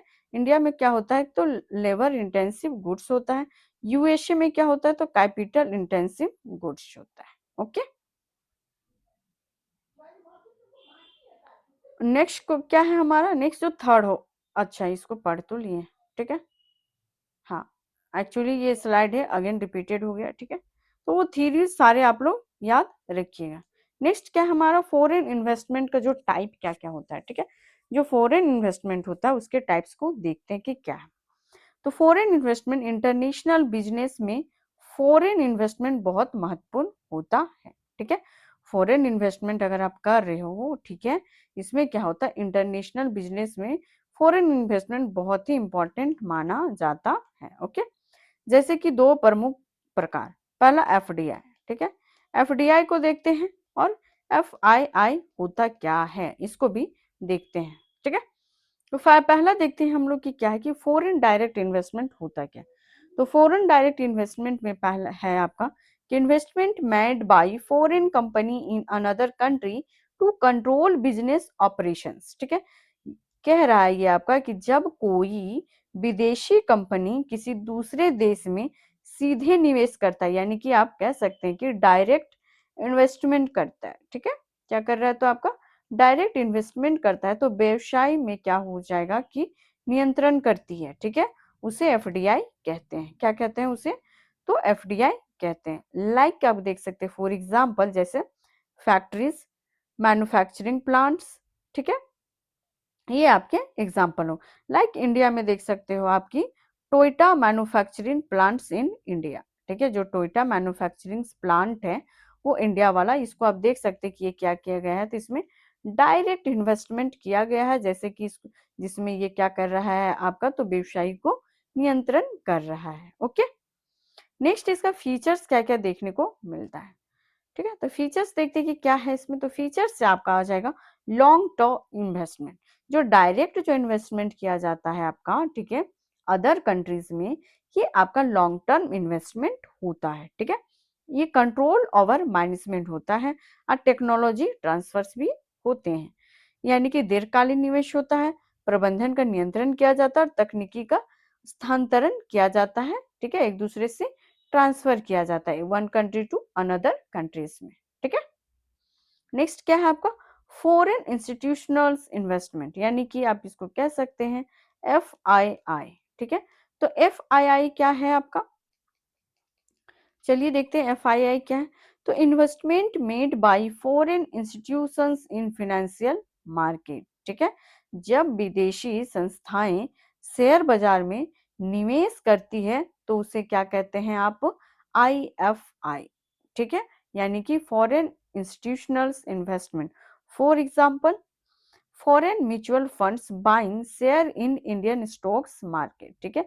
जो फॉरेन जो म्यूचुअल फंड्स है वो खरीदा है किससे, तो शेयर बाजार तो इंडियन स्टॉक मार्केट से। कहाँ से खरीदा है? तो इंडियन स्टॉक मार्केट से खरीदा। तो इसी को कह सकते हैं कि अगर आप फॉरेन जो इंस्टीट्यूशंस हैं या फिर विदेश के जितने भी संस्थाएं हैं वो शेयर बाजार में निवेश करती हैं। ठीक है। नेक्स्ट क्या है हमारा इंपॉर्टेंट ऑफ फॉरेन इन्वेस्टमेंट। ठीक है। तो इंपॉर्टेंट ऑफ फॉरेन इन्वेस्टमेंट क्या हो जाएगा? तो इसमें हो जाएगा, पहला देखते हैं कि ये है आपका इकोनॉमी ग्रोथ, इसमें देखने को मिलता है, टेक्नोलॉजी का ट्रांसफर होता है, एम्प्लॉयमेंट का जनरेशन आते हैं और इंफ्रास्ट्रक्चर का डेवलपमेंट भी देखने को मिलेगा। ओके। आर्थिक विकास, तकनीकी विकास, रोजगार का सृजन, बुनियादी ढांचे का भी विकास होता है। ओके। तो आई होप जो इम्पोर्टेंट जितने भी पॉइंट्स थे, ठीक है, जो भी आपके इम्पोर्टेंट जो भी आपके पॉइंट्स और टॉपिक्स थे उसको क्या की हूं मैं, तो डिस्कस कर दी हूं। ठीक है। इसके बाहर नहीं जाए, क्योंकि ज्यादातर क्वेश्चन कहाँ से बनते हैं, तो थ्योरीज आपके जो होते हैं, जो सिद्धांत दिया गया। ठीक है। आप जैसे कि देख सकते हैं कि आपका एडम स्मिथ का एब्सोल्यूट थ्योरी। ठीक है।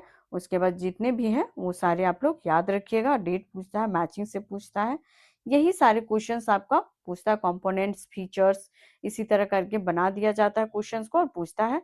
तो उससे बाहर पढ़ने का कोई नीड नहीं है। ठीक है ना। आप लोग जो भी कॉमर्स वाले स्टूडेंट होंगे, आप लोगों को एग्जाम्स के बाद पता चलेगा। ठीक है। आप लोग प्लीज आप लोग टेलीग्राम से जुड़ जाइएगा। ठीक है ना। टेलीग्राम से जुड़िएगा। जो भी जेपीएससी जेट का एग्जाम देंगे वो लोग प्लीज आके कमेंट करके बताइएगा क्या जो मैं आज पढ़ाई हूँ उससे क्योंकि देखें ये जो यूनिट है ना, यूनिट नंबर 1, उसका उसी का लेके आई हूँ मैं, उससे बाहर कैसे पूछ सकता है? ठीक है ना। तो आएगा ही आएगा। और ये जो टॉपिक्स है ये बहुत इंपॉर्टेंट होते हैं सभी यूजीसी नेट और आपके जितने भी स्टेट एलिजिबिलिटी टेस्ट होते हैं, जैसे कि जेपीएससी जेट और बेट यानी कि बिहार एलिजिबिलिटी टेस्ट। ठीक है। तो आई होप आप लोगों ने क्वेश्चन पढ़ लिया होगा कि क्वेश्चन में क्या कर रहा है। तो प्लीज आप लोग क्लास को लाइक कर दीजिएगा, सब्सक्राइब कर दीजिएगा और शेयर कर दीजिएगा। और टेलीग्राम जो लिंक है हमारा वैप्स वैप्स अकेडमी 24, ठीक है, इसको जाके टेलीग्राम में सर्च कीजिएगा, ऐसे डिस्क्रिप्शन बॉक्स में दिया हुआ रहता है। तो आप लोग इससे जाके वहां पे जुड़िए। ओके। और जो भी आप लोगों को एक चैट ग्रुप भी है। ठीक है। चैट ग्रुप भी है, तो वहां पे जाके आप लोग अपने जो भी क्वायरीज रहेंगे, जो भी क्वेश्चंस रहेंगे, आप वहां से जाके पूछ सकते हो। ठीक है। नेक्स्ट क्या है हमारा, which environmental includes customer, supplier and competitors. ठीक है। तो किसमें ये सारे देखो क्वेश्चन सेम वैसे ही बना दी हूँ मैं, कोई अलग। तो कौन सा जो आपका आता है आपका जो एनवायरमेंटल इंक्लूड्स, जहाँ पे आपको क्या क्या देखने को मिलता है, कस्टमर भी रहते हैं, सप्लायर भी रहते हैं और कंपिटिटर्स भी रहते हैं। ठीक है। तो क्या इसका और इसका नीड है? तो जी नहीं है। ठीक है। यानी कि माइक्रो और आपका माइक्रो इन्वायरमेंट। ठीक है। तो ये माइक्रो आपका क्या होता है, तो बिग होता है, लार्ज होता है। ठीक है। ये क्या होता है, तो आपका लार्ज होता है। ठीक है। तो लार्ज में आपका क्या क्या आता है, तो लार्ज में आपका कौन कौन सा आ जाएगा, तो लार्ज में आपका आ जाएगा इकोनॉमी आ जाएगा, पॉलिटिकल इकोनॉमी पॉलिटिकल, ये दोनों लार्ज में आएगा। बट आपका जो माइक्रो ये आपका छोटा रहता है। ठीक है। स्मॉल रहता है। ओके। ये स्मॉल रहता है, तो स्मॉल में आपका क्या आ जाएगा, तो ऑब्वियसली कस्टमर, सप्लायर और कंपटीटर्स। ठीक है। तो आंसर क्या आ जाएगा इसका, तो ऑप्शन नंबर इसका बी आएगा। ठीक है। आप देख सकते हो। तो इसमें है कि micro environmental includes factors directly affecting business such as customer, suppliers, competitors, employee. ठीक है। यानी कि जो माइक्रो जो इन्वायरमेंट में वे कारक शामिल होते हैं जो सीधे व्यवसाय को प्रभावित करता है। ठीक है। जैसे कि खुदरा विक्रेता, याद रखिएगा क्या, तो अब खुदरा विक्रेता याद रखिएगा। ठीक है। खुदरा विक्रेता में ये होता है कि जैसे कि डेली वे में वो लोग क्या करता है कि अपने प्रोडक्ट को सेल करता है। ठीक है। तो ये आपका माइक्रो यानी कि छोटा में आ जाएगा। ओके। नेक्स्ट है क्वेश्चन क्या है, पढ़ो आप लोग। नेक्स्ट क्वेश्चन क्या कह रहा है कि which reforms introduced in 1991 opened the economic to global competitors. ठीक है।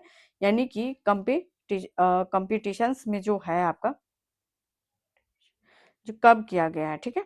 तो चलिए बताइए क्या है, आप लोगों को टाइम दे रही हूँ क्वेश्चंस पढ़ने का। ठीक है। तो क्या हो जाएगा, 1991 में भारत में अर्थव्यवस्था वैश्वीकरण प्रतिस्पर्धा के लिए खोलने वाला सुधार कौन सा है? तो कौन सा हो जाएगा आपका? 1991 में खोला गया था, तो क्या आपका नेशनलाइजेशन था, ठीक है, प्रोटेक्शनलिज्म था या फिर सोशलाइजेशन था, ठीक है? तो ऑब्वियसली एलपीजी था यार, क्या था? तो एलपीजी था, ठीक है ना?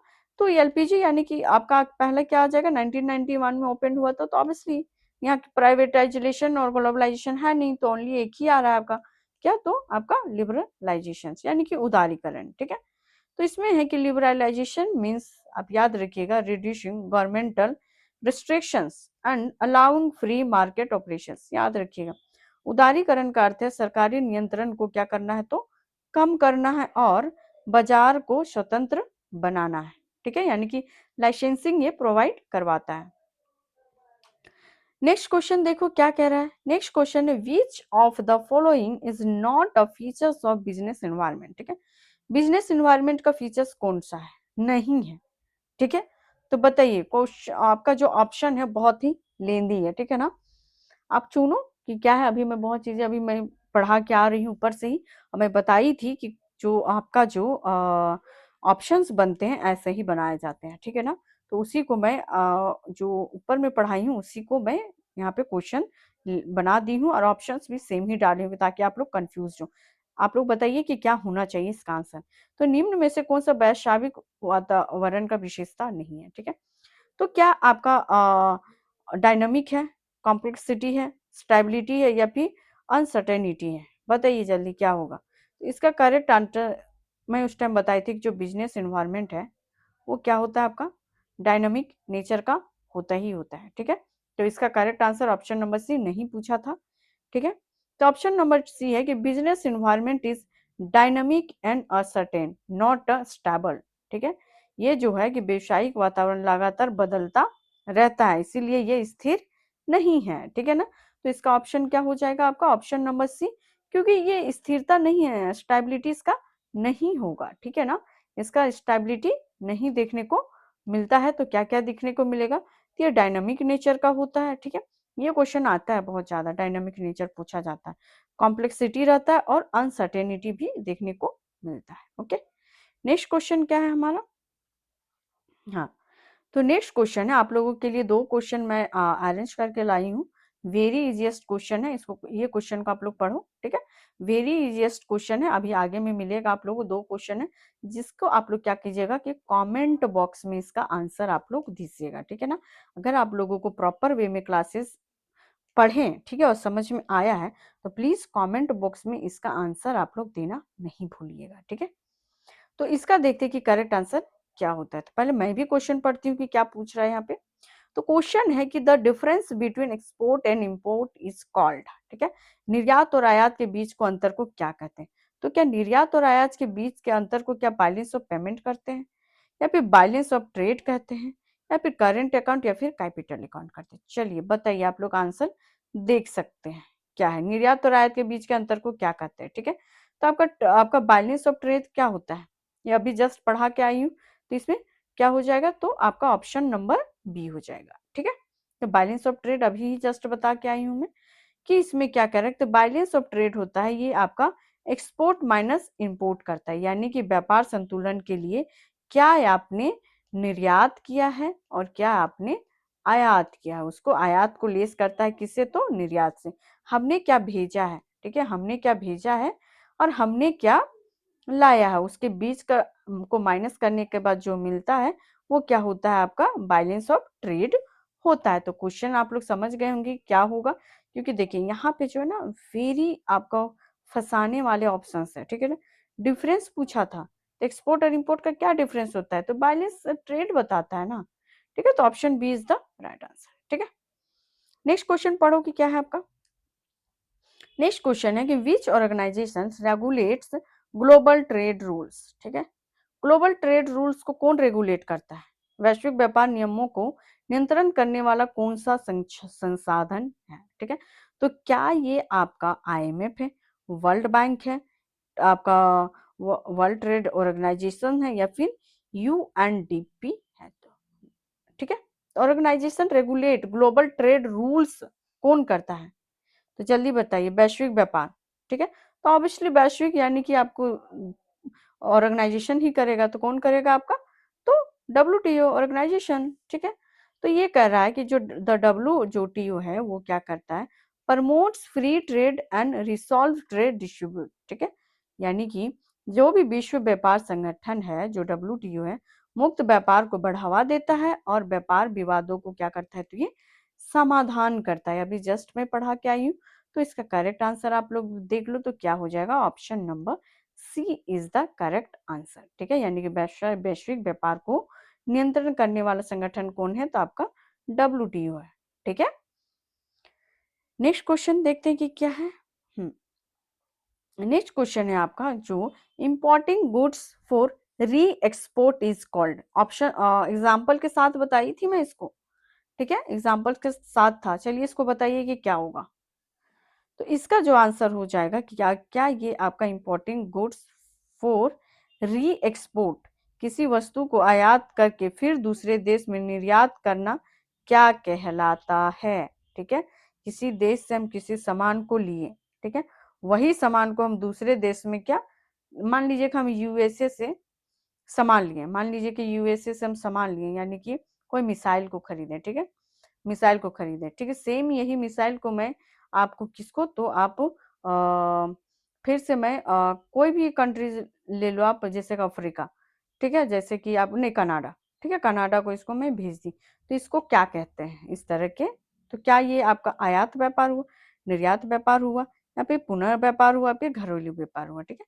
तो इसका क्या हो जाएगा आपका, तो आपका इंटरपोर्ट, जो कि आप कौन करता है, तो सऊदी अरेबिया, ठीक है। याद रखिएगा जो एग्जाम्पल में हम दिए भी थे, नहीं सॉरी दुबई था, ठीक है, कौन सा था, तो ये आपका दुबई इंपोर्ट गुड्स री एक्सपोर्ट देम, ठीक है, जो दुबई है यहाँ पे आप देख सकते हैं, ठीक है। तो ऑप्शन नंबर सी हो जाएगा इसका क्या, तो करेक्ट आंसर, ठीक है। तो लीजिए आप लोग के लिए क्वेश्चन नंबर 7 है, क्योंकि इसको मैं बहुत ही ज्यादा अच्छे से बता के उसी टाइम में आप लोगों को ऑप्शन बता रही थी, ठीक है ना। तो इसको करेक्ट करके चुनिए कि क्या है। Which environment include GDP, inflation and interest rates, ठीक है। तो क्या ये आपका सोशल में आएगा, इकोनॉमिक में आएगा, लार्ज में आएगा, फिर कल्चर कल्चर में आएगा। तो सबसे पहले आपको ये पता होना चाहिए कि कल्चर किस में आता है, ठीक है ना, और ये पता होना चाहिए कि इकोनॉमिक इन्वायरमेंट किस में आता है, लीगल आपका किस में आता है, ठीक है। क्या ये आपका MIC में आता है, MAC में आता है, ये पहले आपको पता होना चाहिए, ठीक है। तो क्या आपका GDP और इन्फ्लेशन एंड इंटरेस्ट रेट्स किस में आएगा, जल्दी बताइए। क्या आपका ये सोशल कल्चर से रिलेट कर रहा है, ठीक है। तो क्या ये आपका इकोनॉमी में आ सकता है, या फिर आपका लीगल इन्वायरमेंट में आएगा, ठीक है। तो ये वेरी जस्ट क्वेश्चन है, ठीक है, आप इसको कमेंट करके बताइएगा, ठीक है ना। और एक क्वेश्चन है आपके लिए, ऐसे उसका क्वेश्चन का आंसर मैं हिंट्स दे ही दी हूँ कि क्या होगा, ठीक है। अब देखिए प्राइवेटाइजेशन मीन्स दैट, तो वेरी जस्ट क्वेश्चन है। ये भी क्वेश्चन आप लोगों क्या, ये गवर्नमेंट कंट्रोल इंक्रीज करता है, transfer for ownership of private sector करता है, इम्पोर्ट ऑफ प्रमोशंस करता है, या फिर एक्सपोर्ट एंड रिस्ट्रिक्शंस करता है, ठीक है।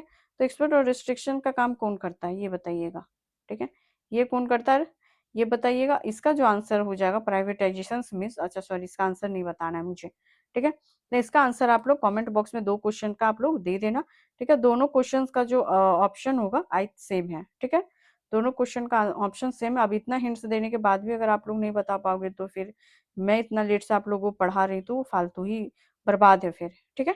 नेक्स्ट क्वेश्चन का ऑप्शन मैं दे दी हूँ, ठीक है, क्योंकि फिर ये जस्ट क्वेश्चन है, तो इसको एक्सप्लेन करने का भी नीड नहीं होना चाहिए। इंटरनेशनल बिजनेस इन्वॉल्व, ठीक है। तो इंटरनेशनल बिजनेस किसमें इन्वॉल्व करता है, तो ट्रेड बिटवीन कंट्रीज में, ठीक है। तो किसमें इन्वॉल्व करता है, तो ट्रेड बिटवीन कंट्रीज में, ठीक है। नेक्स्ट क्वेश्चन की ओर चलते हैं कि क्या है। नेक्स्ट क्वेश्चन है, which of the following is a not components of micro economy. ये लिखिए, आ गया क्वेश्चन, नॉट पूछा है, ठीक है। तो कौन सा नहीं, तो इकोनॉमिक फोर्सेस है, टेक्नोलॉजीज फोर्सेस है, आपका पॉलिटिकल कॉम्पिटिटर्स है, या फिर आपका पॉलिटिकल फोर्सेस, नहीं पूछा है, ठीक है। माइक्रो का घटक नहीं है, तो कौन सा नहीं है बताइए जल्दी, ठीक है। तो इसका जो करेक्ट आंसर हो जाएगा, ये आपका इकोनॉमिक लार्ज होता है, ठीक है ना, बड़ा में होता है, तो ये आपका होगा। टेक्नोलॉजीज फोर्सेस भी होता है, आपका पॉलिटिकल भी होता है, ठीक है। जो कंपिटिटर्स होता है ये आपका MI में होता है, ठीक है। MI यानी कि छोटा वाला जो माइक्रो होता है उसमें आपका देखा जाता है। Option number C is the correct answer, ठीक है। इसमें क्या है कि कॉम्पिटिटर्स बिलोंग माइक्रो इन्वायरमेंट, ठीक है, किसमें आपका बिलोंग करता है ये आपका, तो micro environment, because they directly influence business, ठीक है, बोले ना खुदरा बिक्रा डायरेक्ट ये बेचता है, ठीक है। नेक्स्ट क्या है आपका, नेक्स्ट क्वेश्चन कह रहा है कि which factor represent the social environment of business, ठीक है, तो सोशल इन्वायरमेंट ऑफ बिजनेस में क्या क्या आएगा, तो सोशल ऑफ इन्वायरमेंट बिजनेस और इन्वायरमेंट यानी कि व्यवसाय में सामाजिक वातावरण का उदाहरण यानी कि एग्जाम्पल बताइए, ठीक है, एग्जाम्पल बताइए कि कौन सा होगा। चलो आप लोग क्वेश्चंस पढ़ो क्या है, तो क्वेश्चंस आप पढ़ लिए तो देखते हैं ऑप्शंस क्या है, तो interest rate, population structure, tax policy या फिर एक्सचेंज रेट, ठीक है। तो यहाँ पे सोशल का बात करता है, सोशल में क्या आएगा, क्या इंटरेस्ट रेट आता है, टैक्स पॉलिसी आता है या फिर एक्सचेंज रेट आता है, तो इसका जो करेक्ट आंसर हो जाएगा ऑब्वियसली ऑप्शन नंबर बी हो जाएगा, ठीक है, क्योंकि जो social environment includes population, culture, life style, education, ये सारी चीजें याद रखिएगा, ठीक है। इकोनॉमिकल इन्वायरमेंट में क्या होता है, पॉलिटिकल इन्वायरमेंट में क्या क्या आया, सोशल इन्वायरमेंट में क्या क्या आया, टेक्नोलॉजिकल इन्वायरमेंट में क्या क्या आया, ये मैं सारा आप लोगों को एक्सप्लेन कर दी हूँ, ठीक है ना। तो आप लोग को पता होना चाहिए कि सोशल में क्या आता है, तो ऑब्वियसली पॉपुलेशन आता है, कल्चर, लाइफस्टाइल एंड एजुकेशन शामिल होते हैं, ठीक है। हाँ, तो नेक्स्ट क्वेश्चन देखो कि क्या है, which institutions provides financial assistance to developing countries, ठीक है, तो फाइनेंशियल असिस्टेंस में डेवलपिंग कंट्रीज को क्या क्या होता है, विकासशील देशों को विकसित सहायता कौन सा संस्था करता है, तो जो भी आपके जो डेवलपिंग कंट्रीज है, ठीक है, उसको कौन सा संस्था ये करता है, तो क्या आपका वर्ल्ड ट्रेड ऑर्गेनाइजेशन करता है या फिर इंटरनेशनल मॉनेटरी फंड प्रोवाइड करता है, ठीक है, बता दी मैं, वर्ल्ड बैंक करता है या फिर यूएन, विकासशील देशों को विकसित सहायता का संस्था कौन होता है, तो आपका कह सकते हैं कि वर्ल्ड बैंक होता है, ठीक है। जो वर्ल्ड बैंक होता है वो कहता है प्रोवाइड्स लोन देता है, ठीक है, किसको, तो आपको आपका डेवलपमेंट प्रोजेक्ट के लिए, विश्व विकास परियोजनाएं के लिए ऋण प्रदान कौन करता है आपका, तो वर्ल्ड बैंक देता है, जो भी आपके जो अनडेवलप्ड कंट्रीज होते हैं, ठीक है, उनको डेवलप करने के लिए क्या किया जाता है, तो और डेवलपमेंट भी कंट्रीज होते हैं उन लोगों को लोन प्रोवाइड कौन करता है, तो डब्ल्यूटीओ करता है, क्यों, क्योंकि ताकि उनका जो अर्थव्यवस्था है, इकोनॉमी जो कंडीशंस है, वो और भी ज्यादा मजबूत से मजबूती तरीके से वर्क करे, ठीक है। नेक्स्ट क्या है हमारा, नेक्स्ट क्वेश्चन है जो वर्ल्ड बैंक प्रोवाइड्स, ये मैं पढ़ दी हूँ बट कोई नहीं, अगेन देखते हैं क्वेश्चंस क्या है, क्वेश्चंस पढ़ो कि क्या कह रहा है, which of the following is an example of legal environment of business, ठीक है, लीगल इन्वायरमेंट ऑफ बिजनेस का बताइए क्या होगा, टैक्स लॉज होगा, कंज्यूमर प्रेफरेंस होगा, इन्फ्लेशन होगा या फिर पॉपुलेशन ग्रोथ होगा, ठीक है, वेरी कंफ्यूजिंग ऑप्शन है, चलिए बताइए क्या होगा, ठीक है, आप लोग पढ़ो, तब तक मैं अगेन बता दूं आप लोगों को कि पेपर वन का जो क्लासेस है ना, पेपर वन का वो आपका चल रहा है, ठीक है ना, तो अगर आप लोग पेपर वन का नहीं देख रहे हैं तो प्लीज जाइए और क्लासेस को देखिए, आपका टीचिंग जो एप्टीट्यूड है, ठीक है, उसका क्लासेस को मैं क्या की हूँ, तो वो खत्म हो चुका है, ठीक है ना, 3 क्लास में उसको मैं खत्म कर दी हूँ, 2 क्लासेस के क्या है, तो 2 क्लासेस इनके थ्योरी क्लासेस है, ठीक है, थ्योरी क्लास है, और एक क्लास जो है आपका एमसीक्यूज या मल्टीपल चॉइस क्वेश्चंस को करवा दी हूँ, ओके ना। और क्या है कि जो आपका यूनिट नंबर 9 है, ठीक है, और आपका यूनिट नंबर 8 जो कि आईसीटी है, ठीक है, और ये आपका पीपल एंड इन्वायरमेंट है, यूनिट नंबर 9 और 8 को इसको भी मैं कवर करवा दी हूँ। हायर एजुकेशन का जो क्लासेस है वो मैं बहुत पहले ले चुकी हूँ, उसको अगेन मैं करवा दूंगी। आज जो मैं पेपर वन का जो क्लास लाऊंगी इवनिंग में रहेगा उसका, वो रहेगा आपका रिसर्च एप्टीट्यूड, ठीक है, कौन सा रहेगा, तो रिसर्च एप्टीट्यूड का क्लास रहेगा, तो प्लीज उसको आप लोग मिस मत कीजिएगा, और क्लास अगर आप लोगों को अच्छा लगता है तो प्लीज लाइक शेयर और कमेंट करके जाइएगा, ठीक है ना। तो आई होप क्वेश्चन आप लोगों ने पढ़ लिया होगा, ठीक है, लीगल इन्वायरमेंट ऑफ बिजनेस, ठीक है, क्या है, तो इसमें जो देख सकते हैं कि क्या कह रहा है कि जो भी आपका which of the following is an example of legal environment of business, ठीक, तो ऑप्शन 1 कह रहा है कि टैक्स लॉस होगा, बी कह रहा है कि कंज्यूमर प्रेफरेंस होगा, सी कह रहा है इन्फ्लेशन, डी कह रहा है पॉपुलेशन ग्रोथ, ठीक है, तो इसमें ऑब्वियसली क्या हो जाएगा, लीगल का बात कर रहा है तो ऑप्शन नंबर ए हो जाएगा, ठीक है।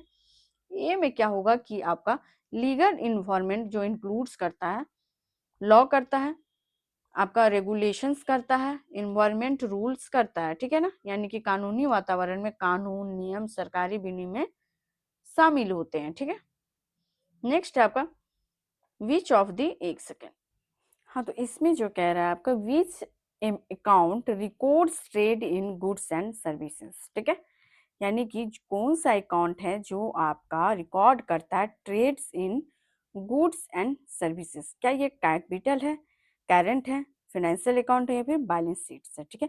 वस्तुओं और सेवाओं के व्यापार का कौन सा खाता दर्ज करता है, वेरी टफेस्ट ऑप्शंस, ठीक है। चलिए बताइए क्या होगा इसका, तो इसका करेक्ट आंसर हो जाएगा ऑब्वियसली ऑप्शन नंबर बी हो जाएगा, ठीक है ना। यानी कि करेंट अकाउंट्स क्या इंक्लूड्स करता है आपका, कि गुड्स ट्रेड करता है, सर्विस ट्रेड करता है, ठीक है, और आपका रेमिटेंसेस करता है, ठीक है। ये आपका चालू खाते में वस्तुओं, व्यापार, सेवाएं और प्रेषण शामिल होते हैं, ठीक है। नेक्स्ट देखते हैं कि क्या है हमारा। नेक्स्ट है विच इंस्टीट्यूशंस आपका स्टेबलाइज्ड इंटरनेशनल मॉनेटरी सिस्टम्स, चलिए बताइए क्या है, पढ़िए आप लोग क्या होगा इसका, ओके। बताइए क्या है इसका ऑप्शन, अंतरराष्ट्रीय मौद्रिक प्रणाली में स्थिर करने वाला संस्था कौन सा है, ठीक है।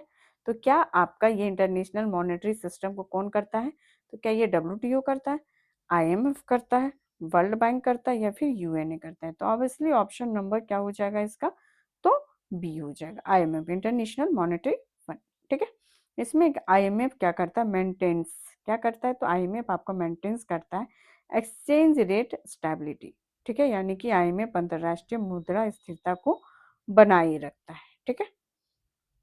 नेक्स्ट क्या है हमारा, तो नेक्स्ट हमारा which factor is responsible for rapid technological change in business, ठीक है, व्यवसाय में तेजी से तकनीकी परिवर्तन का मुख्य कारण क्या है, तो क्या आपका व्यवसाय में आपका टेक्नोलॉजी का जो आपका परिवर्तन का क्या मुख्य कारण क्या है, वो आपका ग्लोबल कंपटीशंस है या फिर पॉपुलेशन ग्रोथ है या फिर गवर्नमेंट स्टेबिलिटी है या फिर कल्चर ट्रेडिशनल है, ओके। तो इसका करेक्ट आंसर क्या है, ऑब्वियसली यहाँ पे दिख रहा है क्या हो जाएगा आपका, तो आपका वैश्विक प्रतिस्पर्धा, ठीक है, ग्लोबल कंपटीशंस, ठीक है, यानी कि आप कह सकते हैं कि जो भी आपका रिस्पॉन्सिबल फैक्टर्स होता है जो टेक्नोलॉजी को चेंज करता है, यानी कि तकनीकी मुख्य जो तकनीकी का परिवर्तन होता है उसका मुख्य कारण यानी कि रीजन क्या होता है, कि ग्लोबल कॉम्पिटिशन्स, ठीक है।